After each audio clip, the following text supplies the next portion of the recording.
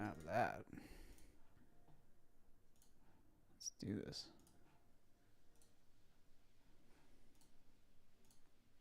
All right. Hey, everybody. Hope you're doing well today. We're going to be doing another Zephyr 101. One of the requests recently was to chat about the improvements in Zephyr, some of the things that have changed over the years, because there definitely have been some changes. So we'll be talking about that. And we're going to jump right in. So here we go.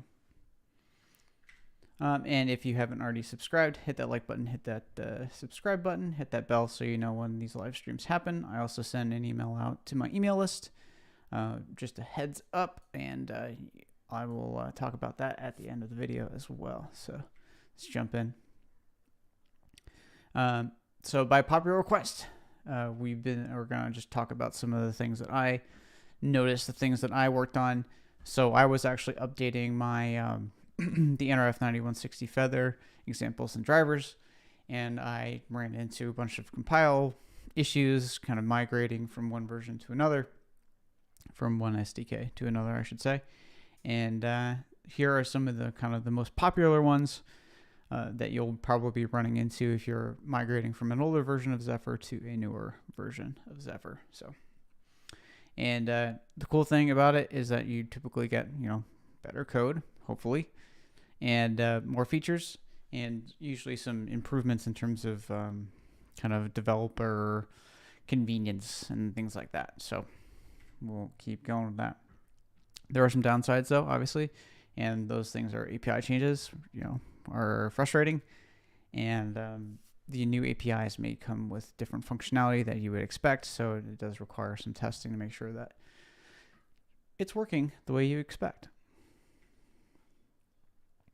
We will review, here are the things that we're actually going to talk about, just a couple of the big ones that I ran into that you might run into when you're upgrading your Zephyr install. Things like the include paths are completely different in newer versions of Zephyr. They actually added a prefix of, surprise, Zephyr, and they also changed some default header files, so just keep that in mind. And I'll show you some samples in a second. This isn't exactly newest to like the newest Zephyr 3 dot whatever it is right now, but the work infrastructure was changed. So the naming of the work infrastructure was changed, kind of for whatever XYZ reason, even though down the lower level functionality essentially didn't change. Also usage of device DT get. So this has been another thing that's existed for a while, but we'll just show some examples of changing from using the runtime get binding function to using device DT get. Also the GPIO DT APIs. So these allow you to initialize GPIOs a lot easier, and we'll jump into that shortly. And then also more Nordic related, they did kind of refactor their AT command library, so we'll just show some examples of that as well. So for the include paths, here's some obvious things that you'll be running into. A lot of these, all you have to do is just add Zephyr as a prefix to everything that you've already included in your files. You'll notice this Zephyr kernel.h. Previously, folks would actually include a Zephyr.h, so you just got to convert that Zephyr.h to Zephyr/kernel.h. So pretty self-explanatory. If you've run into it, the compiler errors that you'll get are pretty self-explanatory, and you should be able to figure it out. But if you are, especially if you're upgrading to newer versions of NCS or newer versions of Zephyr, you will see that your includes won't be working. So easy fix. Here is for scheduling work. Instead of calling k delayed work, the struct is now called k work delayable. And similarly, just the functions are renamed. I think the parameters are pretty much the same, just to make it a little bit more between the non-delayable and regular work, just making sure that it's a little bit more concise and clear. So, which makes sense. And then for this, just making it a little bit shorter, just calling it k work scheduling, or just scheduling out that work. And we did one thing there. I did do a previous episode of Zephyr 101 on the work queue. So if you kind of want to learn a little bit more how that works, you can definitely check out that episode. I will put it in the description below. Here for device DT get. So this is this is where originally a lot of Zephyr getting a device at runtime required you to run, or using a device in general required you to run device underscore get underscore binding. So it just gets that device binding at runtime. And now with the device underscore DT get, that will essentially allow you to fetch the device during compile time and make sure that you actually have that device configured and it's enabled and things like that before you even get to running the code, which is pretty handy. The error messages for this can get a little hairy, but I much prefer using this versus a runtime error because you never know. You don't want to introduce some random runtime errors if you can. So the biggest thing here is we're setting that device, the RTC device, at compilation time, and then also we're just checking to make sure the device is ready. Typically, if you get to the point where you're setting it correctly using device DT get, you're not going to have any problems loading up the device, but that device is ready function is there just to make sure that it's connected. Maybe you're breadboarding a board or a design where it has this chip and maybe you forgot to connect it, things like that. You just want to make sure it's actually there. So here's the fun stuff. So this has been something that I've been wanting to cover for a while, and it's very handy for many of you, including myself. One thing that was kind of crazy was just being able to toggle a GPIO. Coming from the land of firmware and hardware, it's literally just switching a bit usually, and Zephyr made it about 30 times more harder.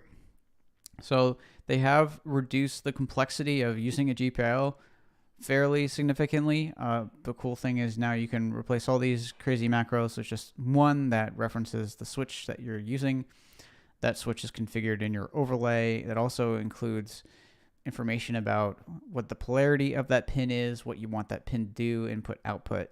And you can also configure it with a pull up, pull down. So between the configuration in your overlay and also what you're doing inside your code, it makes it a lot easier actually to configure a GPIO, even more so now than a traditional way of doing it in C code or any other SDK, which is the way it's supposed to be in Zephyr. So, but you can see we're using very similarly to device DT get. We are doing something here where we're just getting the alias of the switch 0. So switch 0 is used across lots of boards in Zephyr. We're just getting the button on the board, and then we're also setting we're using or referencing the GPIOs array, which is kind of how they configure GPIOs in Zephyr. It doesn't quite make sense. Still doesn't quite make sense to me, but if you have multiple GPIOs, you can kind of use it to initialize multiple. But in this case, we're just using a single one. The API calls changed a little bit, so now we're actually reducing the amount of input functions. So these GPIO pin configure functions actually still exist if you want to configure things a little bit more manually, and maybe you don't want to use the DT API. In this case, we're just going to use it. So you can see there's a suffix there, the underscore DT, for anything related to DT. And what that structure, that DT structure, that pin DT structure has your pin number, your port, and the flags. So everything's all together. So you don't really have to track things separately. You don't have to track your port separately. You don't have to track your pin separately. It's all in one place. You can see that I had to change some things, some labels and names, and the debug output, just to make sure that everything was in the right place and that there was no errors. But all those things were originally macros and don't really have to use those anymore. The only macro you have to use is the one at the top of the file. So win on that. You can also, there's also underscore DT function for configuring an interrupt there. Let's see, it's active. That is still the same. So very similar to the one that was there before. The only thing is you don't need to set the pin or anything. It's already configured in that switch device, the DT switch 0. Again, updating the output for the print K output to adjust for that new structure. So the only thing that's so this is the part that stays the same, is once you actually get to initializing a callback, those functions stay the same for DT pins. So you still want to call GPIO init callback. You want to add that callback to the port that's in question. You can also see we're using that bit macro. We're setting the pin, and instead of using the actual macro that was called originally, you can use the pin number within the structure of that DT pin. So we're setting the callback to the port, and then setting the callback function, and then again adjusting the print K function to allow we're just printing out the pin number as provided by the DT structure. So somewhat handy. But that's it for GPIO DT. It just makes things a lot easier for you to use GPIO pins, configure them. You can still change their functionality at runtime. So like one thing that I've done recently is that on the NRF9160 Feather boards, the polarity of the LED, the blue LED, had changed. And there's one way to figure that out in runtime is to actually read the input of that pin to see what the level is. So that's you can use it as an input and then change it so you can drive it as an output depending on the kind of the situation. So I did that for compatibility reasons with the old files. So that's something you can still do. You can modify your pins to operate in that way if you need to at runtime. So I think I was using the DT API.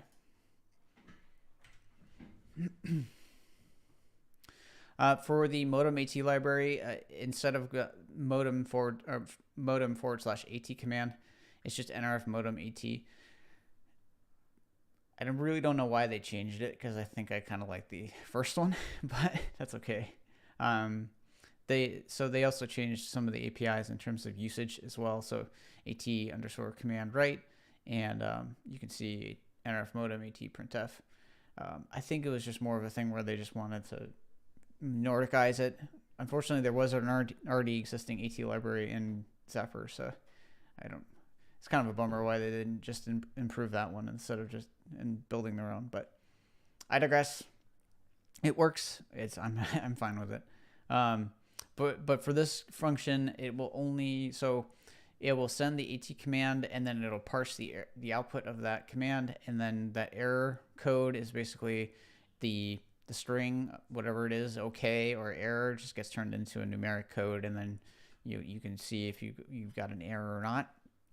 So this is for very simple execution of commands. Like I'm only expecting for this ATCFun command, I'm expecting an okay or I'm expecting an error. 99.9% of the time, you're just going to get an okay. So for this one, so this NRF modem AT command, you can see that I'm actually parsing the output, so the output actually gets returned, the string output actually gets returned through that buffer, so I can actually read the output and see what the output was. So you still get the error code, which I kind of mentioned before, but you also are able to read the output and see, okay, make sure that you actually have something useful. In this case, I'm just checking the status of the SIM card and making sure that the SIM is actually inserted in this particular example. So quick conclusion. So upgrading can provide, so there's some benefits to upgrading, obviously, but it's just, it takes some time. It probably took me half a day to kind of refactor the NRF9160 Feather examples and drivers folder to get working with the latest NRF SDK 2.2 as of today's video. So it does take some time and does require some extra effort and understanding of the new improvements. But I mean, come on, like the GPIO DT API makes it so much easier to use, and I think you guys will like it if you haven't already migrated to using it, because it'll make your life a lot easier. There's also one thing I didn't want to cover too many things, because there are some smaller bits and pieces. Once you get the gist of these, you can kind of branch out and fix some other things. There is one sample in the NRF9160 Feather examples repository that uses PWM, and there's actually a very similar PWM DT macro that you can use for controlling PWM GPIOs. So very similar to the GPIO DT functions, but in this case, you're controlling the PWM driver instead of just controlling a GPIO. So that does exist as well, and you can check it out. I did update it in the NFED repo. You can all check that out too. Let's see. Oh, I do some comments there. So I think, Livia, you were talking about the AT command library. It is cleaner. I think they were able to provide a little bit better experience in terms of parsing outputs and things like that. But I think they were originally kind of using the AT command library that was in Zephyr, and then they decided to go a separate way for whatever reason. And then JG, you're running out of flash after 2.2 to 2.7. Yeah, I mean, that's also one drawback, is you do need to test to see how your code size changes depending on your upgrade. Sometimes when you upgrade, some libraries things get included, things change, maybe libraries do get improved with lots more features. Features take up code space, so these are the things that you need to evaluate whether or not you can kind of strip those things out, change things around. For instance, if you just like simply turn on debug mode in Zephyr, you'll get a pretty large amount of code space for debugging. It's going to have all the debug symbols, all the stuff in there that's going to help for debug, but it also takes up a lot of space. So these are just things you got to keep in mind for that. Oh, the pin, yeah, and the pin, and Olivia, to your comment, yeah, pin interfacing is a lot easier, so much easier. It's awesome. And if you haven't already check out jaredwolf.com on the homepage. You can sign up for my mailing list, jaredwolf.com, and you'll just get updates about these live sessions and other things that are going on in the Circuit Dojo universe here.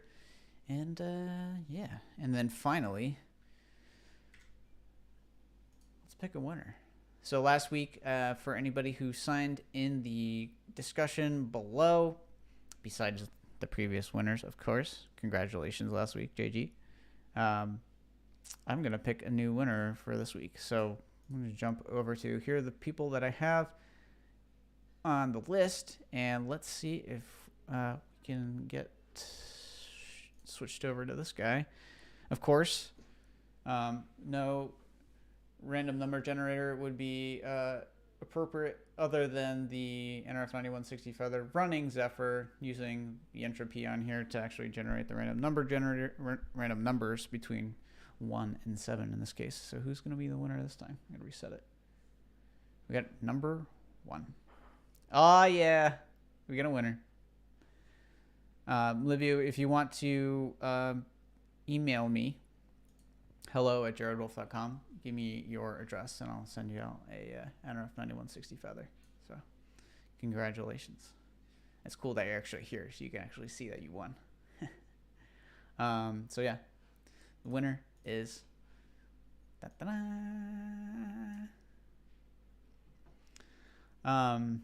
and that is it for today. There's going to be more coming in the near future in terms of things I'm thinking about for... maybe going in depth more for, I know there's a big change in Zephyr in terms of the GPIOs, pin control. I think that's a good subject that we might want to cover in a show itself. If I tried to cover that today, it would have been way too long. So we'll probably be covering that next week. But of course, if you have suggestions, please leave them in the discussion box below, and I'll add them to the list, and I'll see if I can get to them. So. Yeah, awesome. Well, thanks everybody for being here, and yeah, if you have suggestions, of course, you can email me at hello@jaredwolf.com, and or check out the forum, community.jaredwolf.com, and we'll go from there. So we'll see you next week. Thanks again for being here. Congratulations again to Olivia, and see you on the next one.